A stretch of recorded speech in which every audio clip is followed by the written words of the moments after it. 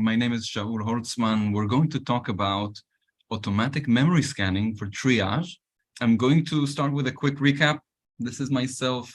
It's my only slide today.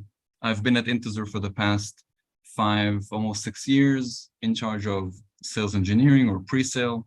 And I'm going to show you some of the latest capabilities we've added to our solution, to our automated platform. So let's do it. I'll start with a very quick recap of what we do, and then I'm going to show you a few examples of how we can utilize our memory scanner for automating triage of an actual host. Now, this webinar will be quick. I'm going to show a few examples, and of course, you can all try this for yourselves if you want to, and I'll explain in the end how to do that. So what Intezer does today is connect into different pipelines of security operations, and then has the ability to automate the triage process. That means that we can connect to different alerting sources and provide accurate results, risk levels, classifications, intelligence. So you can close a lot of these alerts automatically and know how to address the urgent ones. And of course, we can also escalate the urgent ones to you. In order to connect, you can click on Connect Sources in Intezer, choose the relevant source that you want to connect to. We also support custom sources. So if the alert source that is bothering you today is not in that list, just let us know. All we need is an example of the alert. We can map it to our engine and support that. If you have a SOAR that also is supported, and we can connect through it and provide our decision-making engine through SOAR.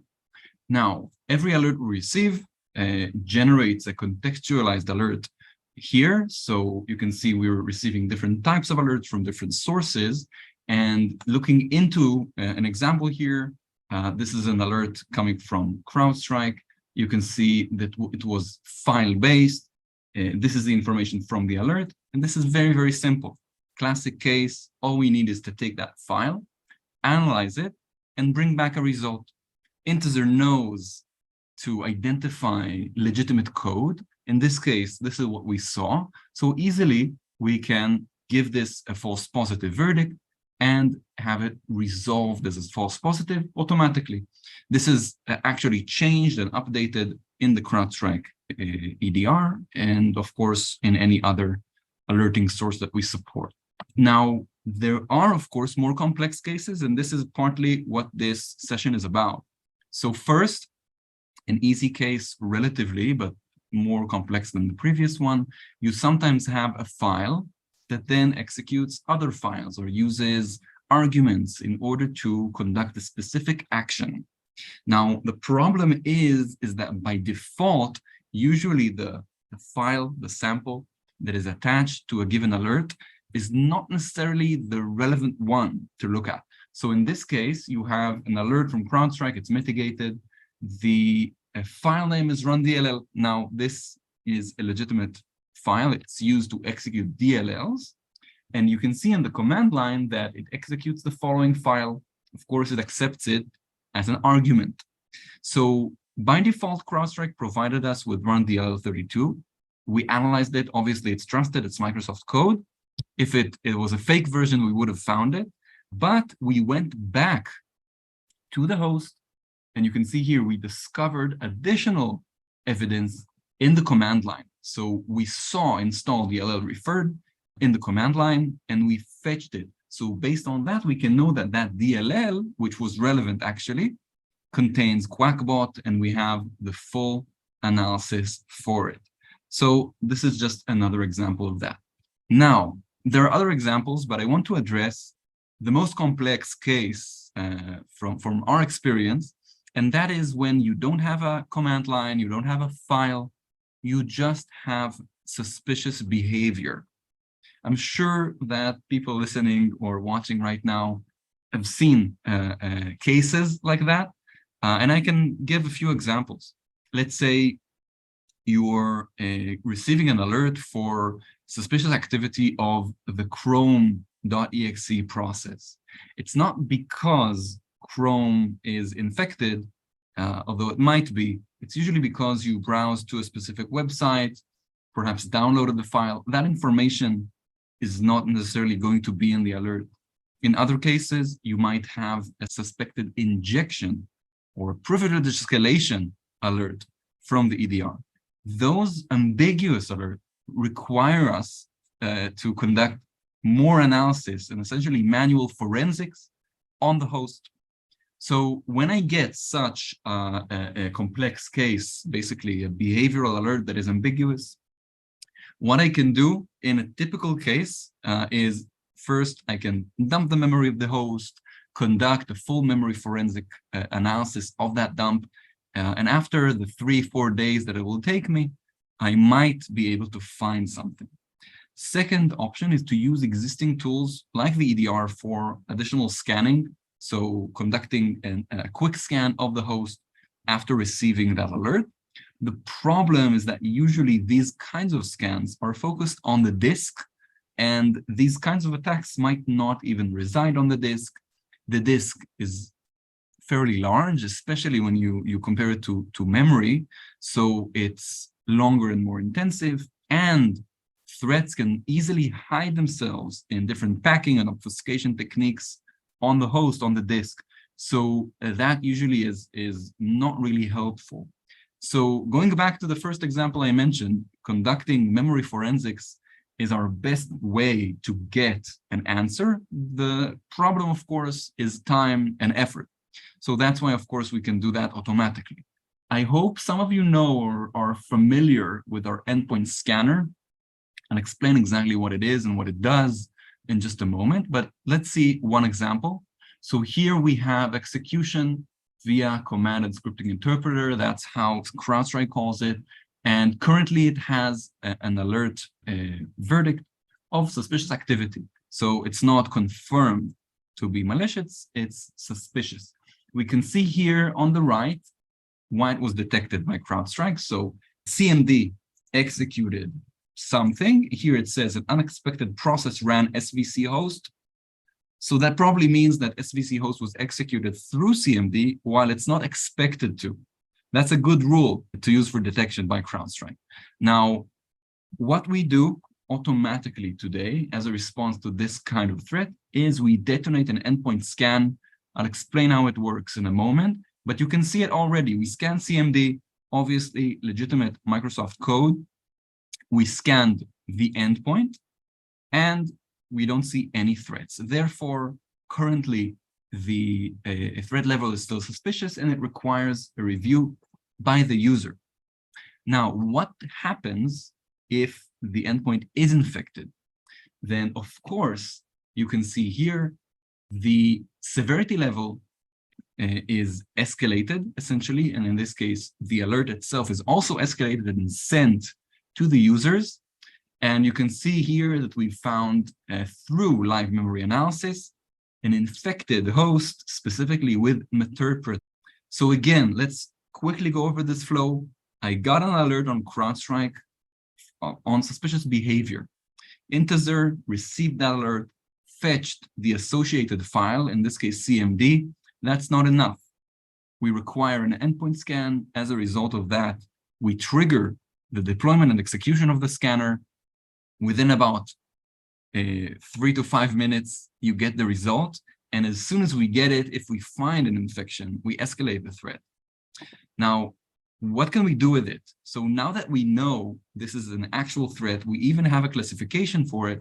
Of course, we want to understand where it resides, if it's still running, does it have any persistence mechanisms, and how can we terminate it?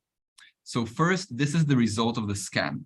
What the scan does is using one executable file, so it's portable, you don't need to install it. It runs on the host, it collects all of the binaries from memory, sends them over to us for analysis. We analyze them statically, so that's why it's very quick.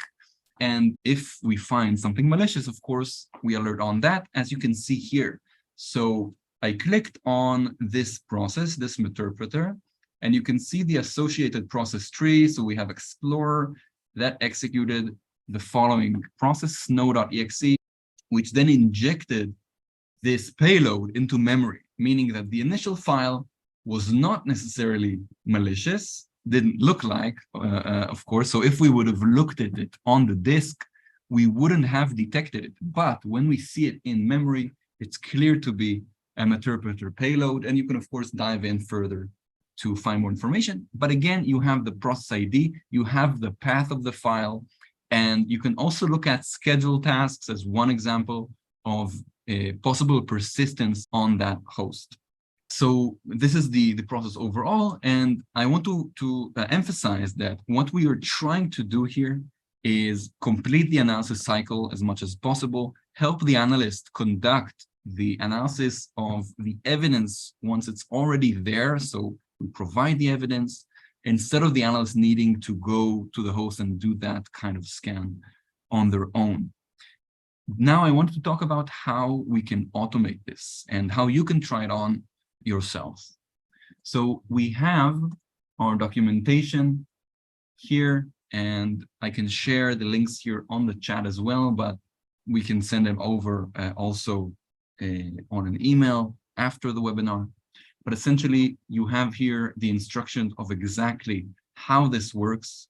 You also have the table of how we choose and what we do with different severity levels of alerts, when we escalate, when do we close the false positives, etc.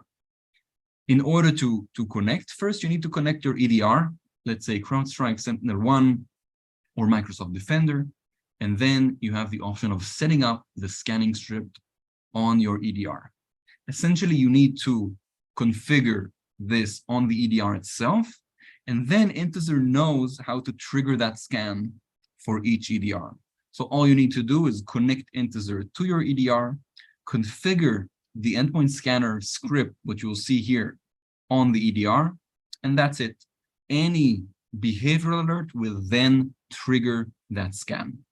So just to show you an example of how we do it with Sentinel-1, you have the script here on GitHub, this PowerShell script.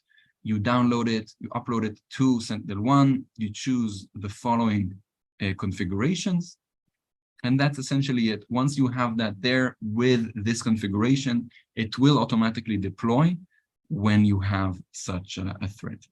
In order to join Intezer and actually connect your EDR, again, all you need to do is go to analyze.intezer.com, join, and create an account. You can create a free account as well. And once you're in, choose connect sources and choose the source you want to connect to. Anything else will be available in our API documentation, our general training documentations, and more information about integrations here. I'll be happy to provide a bit more detail about the scanner and answer frequently asked questions. But if you have your own questions, please feel free to write them in the Q&A section. After that, we'll finish the webinar, because sometimes it's good to have a short one, right? So regarding the scanner, lots of people ask me, what about performance? Does it affect the user's experience? So first, it by definition will affect the user less than you going on their machine or logging them out or disconnecting or quarantining them. So that's one thing. And when you actually run it, you can see, and I suggest looking at the performance. If you test it, you won't see significant CPU or memory usage. It's very quick. The data does go through the network, but when you have an endpoint here and an endpoint there, that shouldn't be affecting the organization. Same goes for servers. So you can feel comfortable running that on a server. An important note, the scanner today is supported on Windows, so you can install it on the relevant Windows machines you have under that EDR. Another question that I'm frequently asked is what kind of information is sent over? Does it share private information? So you can see here in the scan that it provides very general metadata on the host name, the version of the operating system, and of course, different file paths of the executed files that we found their payload in memory. And we collect some scheduled data information, and we're planning to add more data that can help us with identifying persistence, but nothing about the users themselves or any sensitive files only what we find in memory. And one last frequently asked question that I'll be happy to answer is, how do we analyze these kinds of memory scans so quickly and accurately? So that's how Intezer's technology works. The core of our technology enables us to disassemble any piece of compiled binary code that includes files and, of course, blobs of code in memory. We break them down, we compare their code sequences to a huge database we have, and that's how we can statically, using a huge database, match the code connections and find previously seen code that was used in malware, in trusted software, etc. So doing that for a few hundreds or a few thousands of processes is incredibly quick. That's my time, guys.